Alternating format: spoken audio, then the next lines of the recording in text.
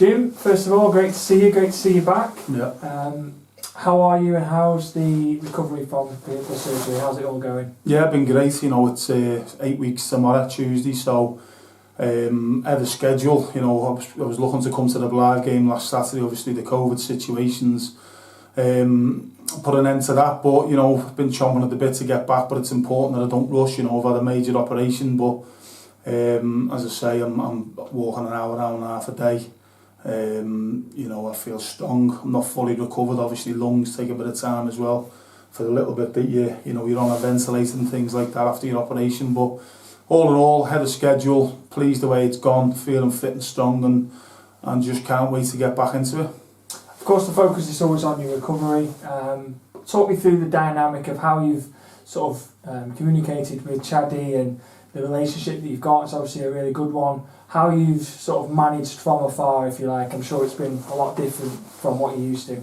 Well, it's been difficult to watch games on a computer at home on 3 o'clock on a Saturday afternoon, but thankfully I've had that. It's been good in that regard. So you know, match days obviously hard to get involved. There's so much going on the touchline. You know, I am in contact a little bit with Joe Potts, the goalkeeper coach, with anything that I see from afar. But it's hard to affect the game from behind a computer. You know, full trust in Chaddy and the lads to do what they've been doing. Chaddy's become like me second wife, really. You know, I speak to him 3, 4, 5 times a day. You know, around training, around players, around potential ins, potential outs. You know, everything that goes around managing a football team. Obviously, I'm experienced in that, and Chaddy's been thrown at the deep end, if you like, but he's done fantastically well, and you know, really pleased that certainly with the turn of the year, you know, the last couple of games have been brilliant, and we were looking for you know, build that momentum and kick on and get points on the board. But again, unfortunately, through the COVID, either through ourselves or other teams, that hasn't been possible.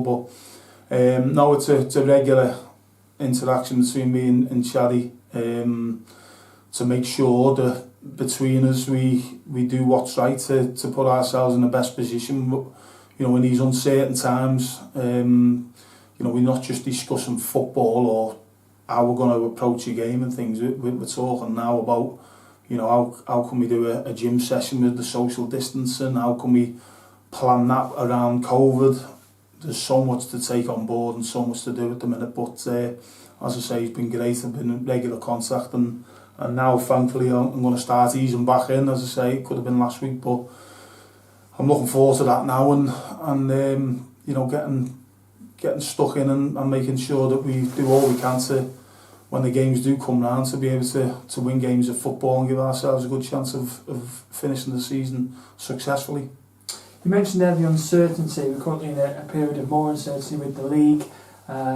Give us your sort of thoughts on that at the moment. I know it must be challenging to sort of keep training, keep motivating the lads. That must be difficult for yourself and Chaddy and the rest of the staff. How do you sort of cope with that? Like anything in life that's thrown at you, you've just got to get on with it. It's you know, what you do, do you curl up and hope it goes away? It doesn't. We've got to get on with the job at hand. That's playing games and winning games of football. Obviously, the most important thing above all else is everyone's safety and well-being. You know, that's important. We've had a few issues with people, you know, getting it, and we've got to make sure that we do all we can to make sure that you know, it's naturally going to happen, because we don't all just live in one bubble and, you know, on your own. You know, you've got to go shopping, you've got to go back home to your families, whatever it may be. So it's important that we just continue to do what's expected and follow the protocols to make sure that we give ourselves every possible chance of, you know, when we are training, when we are playing games, making sure that we're safe and well and we can carry out those games. So, you know, players as professionals, again, it's thrown at them to do the right thing. Again, they can't just curl up and go, well,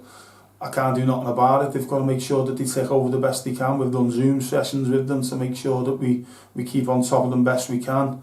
We're doing, you know, tests ourselves now, so it's important that they are professional in their outlook on things, that when the games do come back around, that we're fit and well and we're ready to get points on the board. From a staff point of view, we've got to keep them motivated, keep on top of them, make sure that it's all planned. and as I said at the start, whatever's thrown your way, it's, you know, within that much uncertain times, it's just unbelievable, you know. And then you look more into it around this 2-week suspension and the loans or the grants or the null and void or the season ending or points per game or whatever that may be. You know, it was very similar to the end of last season where unfortunately it cost us our National League status. Hopefully it doesn't come to that this year, but you know, we want to play games, we want to win games, and we want to be successful. So hopefully, fingers crossed, that continues in that regards, and we all stay fit and well at the football club, and we play games and we win games of football. Cheers, gaffer.